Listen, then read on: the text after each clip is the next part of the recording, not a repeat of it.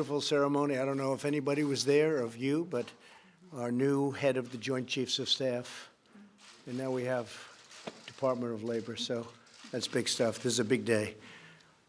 And it's my pleasure to welcome everyone to the swearing in of our new Secretary of Labor, Eugene Scalia. Gene is joined by many members of his family, which is a large family, including his mother, Maureen, who's been my friend for a long time, even before I knew you, right? His mother is an incredible woman, and his wife, Patricia, incredible job. Thank you, honey. And 6 of their beautiful children, and I have a list of the folks. It's like, what a family. So you have Maureen, who a lot of the people in this room know, from the standpoint even of the media.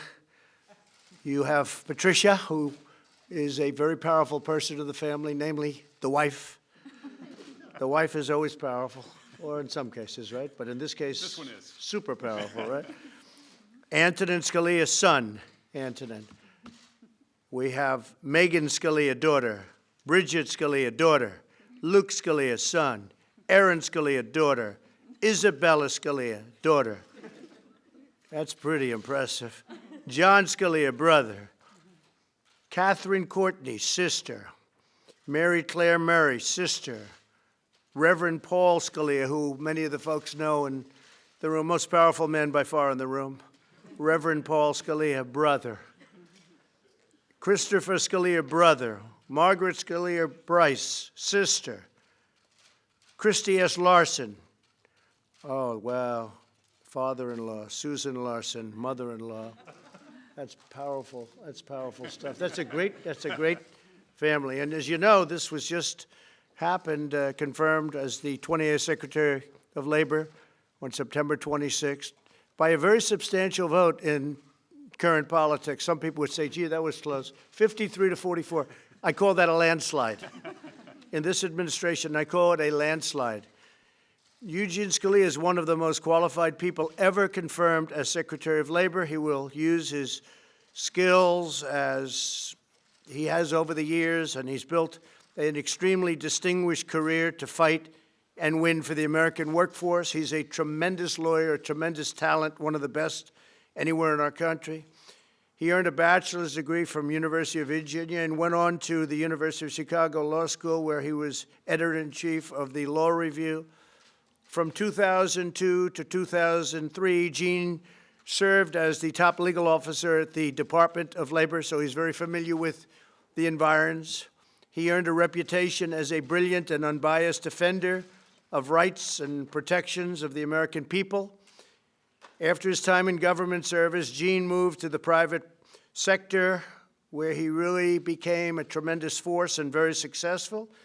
He fought in some of the highest courts of our land and worked to overturn bureaucratic overreach and unfair job-killing regulations. That sounds very familiar. That's going to be good in this administration.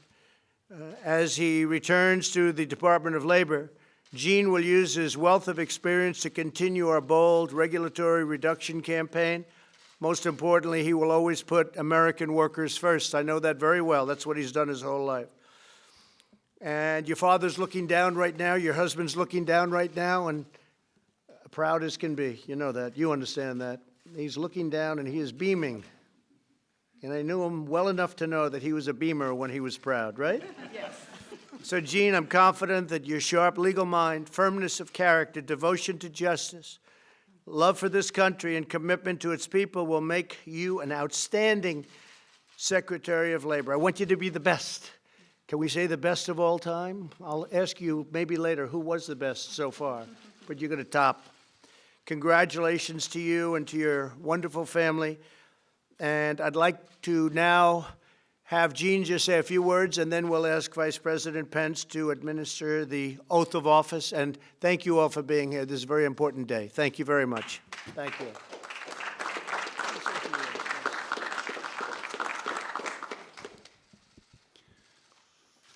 Mr. President, thank you for those remarks. Thank you for this great honor to serve as Secretary of Labor.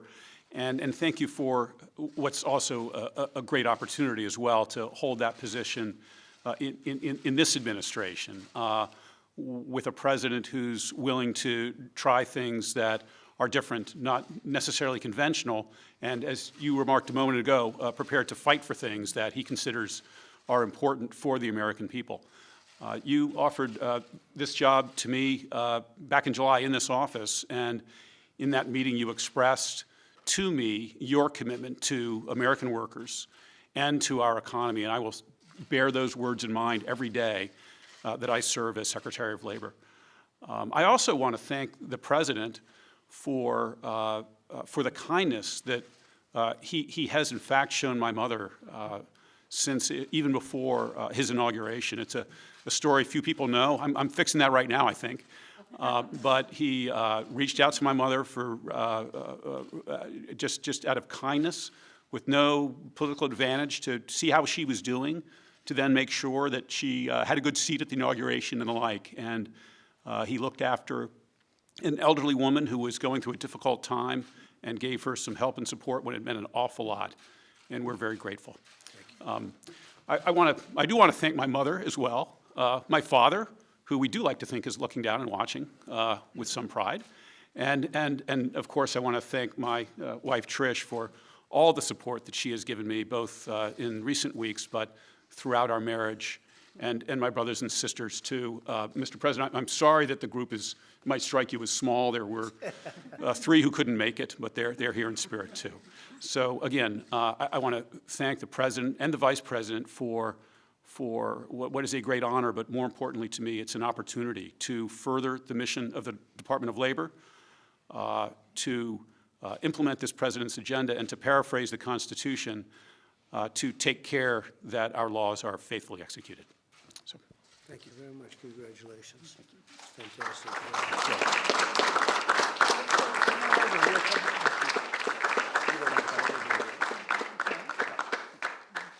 Let's go over. Mike, thanks.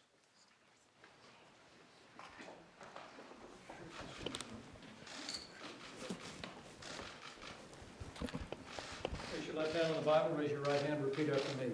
I, Eugene Scalia, do solemnly swear I, Eugene Scalia, do solemnly swear that I will support and defend the Constitution of the United States that I will support and defend the Constitution of the United States against all enemies, foreign and domestic, against all enemies, foreign and domestic, that I will bear true faith and allegiance to the same, and to bear true faith and allegiance to the same, that I take this obligation freely, that I take this obligation freely, without any mental reservation without any mental reservation or purpose of evasion, or purpose of evasion, and that I will well and faithfully discharge and that I will well and faithfully discharge the duties of the office upon which I'm about to enter. the duties of the office upon which I'm about to enter. So help me God. So help me God.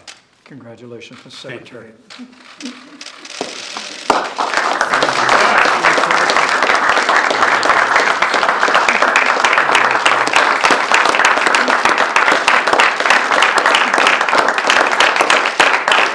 Thank you all for coming.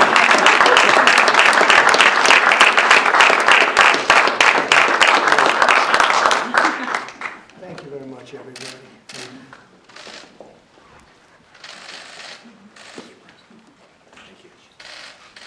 Thank you very much, everybody. That was really great. President, do you now know who the whistleblower is, sir? Well, we're trying to find out about a whistleblower. When you have a whistleblower that reports things that were incorrect, as you know, and you probably now have figured it out, the statement I made to the president of Ukraine, a good man, a nice man, knew was perfect. It was perfect. But the whistleblower reported a totally different statement, like the statement, it was not even made. I guess statement you could say with call. I made a call. The call was perfect. When the whistleblower reported it, he made it sound terrible.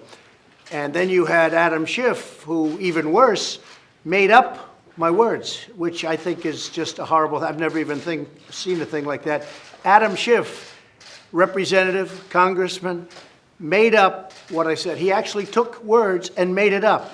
The reason is when he saw my call to the president of Ukraine, it was so good that he couldn't quote from it because there was nothing done wrong. It was perfect. So Adam Schiff decided, I can't let this happen. So let me make up. Do you ever hear of this one, Gene? Do you ever hear of a thing like this? So Adam Schiff made up a phony call, and he read it to Congress, and he read it to the people of the United States, and it's a disgrace. This whole thing is a disgrace. There's been tremendous corruption, and we're seeking it. It's called Drain the Swamp. There's been corruption on the other side. There's been corruption like you've never seen. Now, the new president of Ukraine ran on the basis of no corruption. That's how he got elected. And I believe that he really means it. But there was a lot of corruption having to do with the 2016 election against us. And we want to get to the bottom of it, and it's very important that we do. Thank you very Did you bring up much. your concerns with President Xi, sir, or any other leader? Thanks, everybody. Thank you.